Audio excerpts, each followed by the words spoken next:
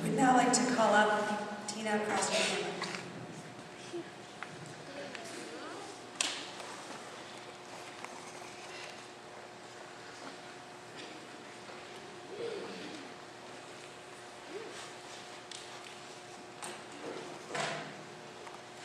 Hello, can you hear me in the back?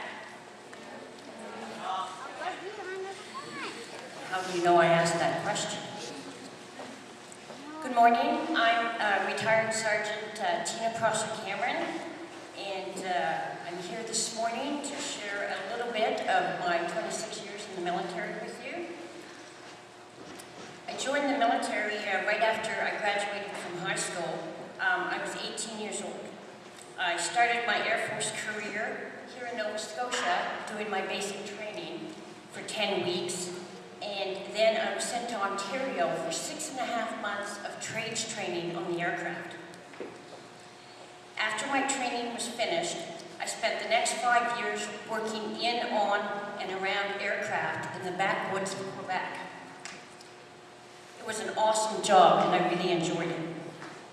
However, my adventures were just beginning. My next posting was to Germany. I arrived there during the Cold War. Basically, that means that everybody was spying on everybody, but no shots were being fired out in the open. What I appreciated most about being there, besides being in Europe itself, was the intense training. The training was as intense as the security was. It was not uncommon to see soldiers armed with assault weapons at the entrances of the bases. Also, there was concertina wire, which is the same as barbed wire, except tiny little razors on it, and that was at the entrance of all the bases, obviously for security. In Germany, the training was intense because the threat of war was more prominent than it was when you were in Canada. We were highly trained in nuclear, biological, chemical warfare, and it was a good thing because the Gulf War that started in 1990, when Saddam Hussein had invaded Kuwait, it had threats of chemical warfare because he used those weapons on his own people. So there wasn't any doubt that he would use them on us.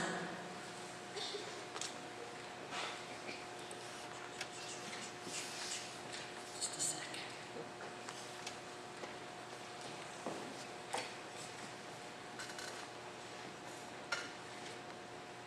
We took a contingency of F-18 fighter jets with us, and bombs, missiles, and rockets to get the job done. Also, the Army, the RCR, came with us to provide the security while we were working on the aircraft. I worked in the bomb dump. That was the place where we stored all the explosives that went on the aircraft, all the bombs, rockets, missiles. It's also where we would prepare them for the next day's work. I like to work the midnight shift because there was no sleeping there anyways. Because in the middle of the night, you could hear the prayers from the mosque downtown, and they were going all night.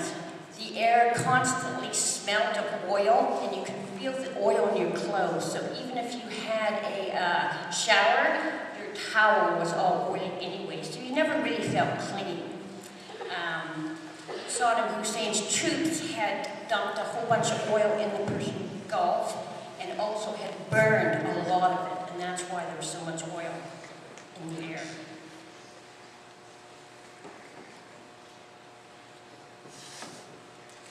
There we go.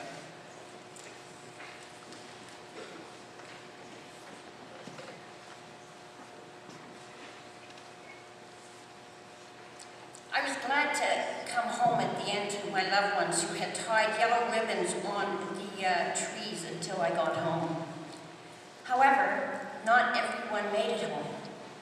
On the same night that I arrived, shortly after my plane landed, there was a Scud missile deployed from Iraq, and it hit the American barracks in Bahrain, just down the road from us. So if there had been a slight wind change, it would have hit us instead. The Scud missile killed several American soldiers. Consequently, I didn't sleep for the first 40 hours I was there, thinking of this experience that I had just had. November 11th is Remembrance Day. However, the entire month of November has finally been declared remembrance for the veterans who had died serving their country. They gave their lives so we have the freedom to live where we want, be able to choose who we love and what we do for a career, and also the right to have ceremonies like this without fear of severe consequences. I was very proud to serve my country for 26 years, and I appreciate you all having me here today to share some of my stories with you. Thank you very much for inviting me. Lest we forget. If I could please have you all rise for the playing of the last post.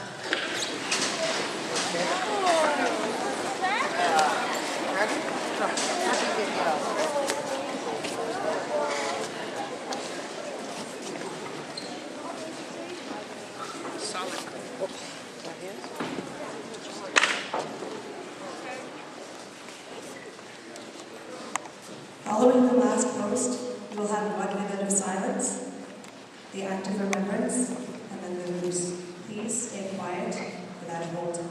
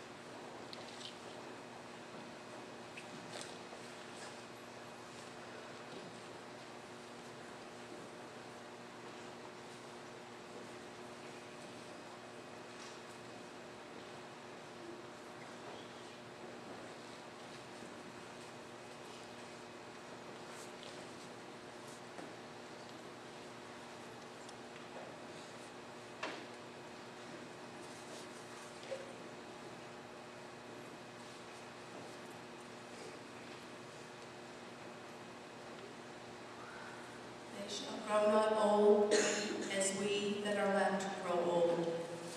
Age shall not weary them, nor the years condemn. At the going down of the sun, and in the morning, we will remember them.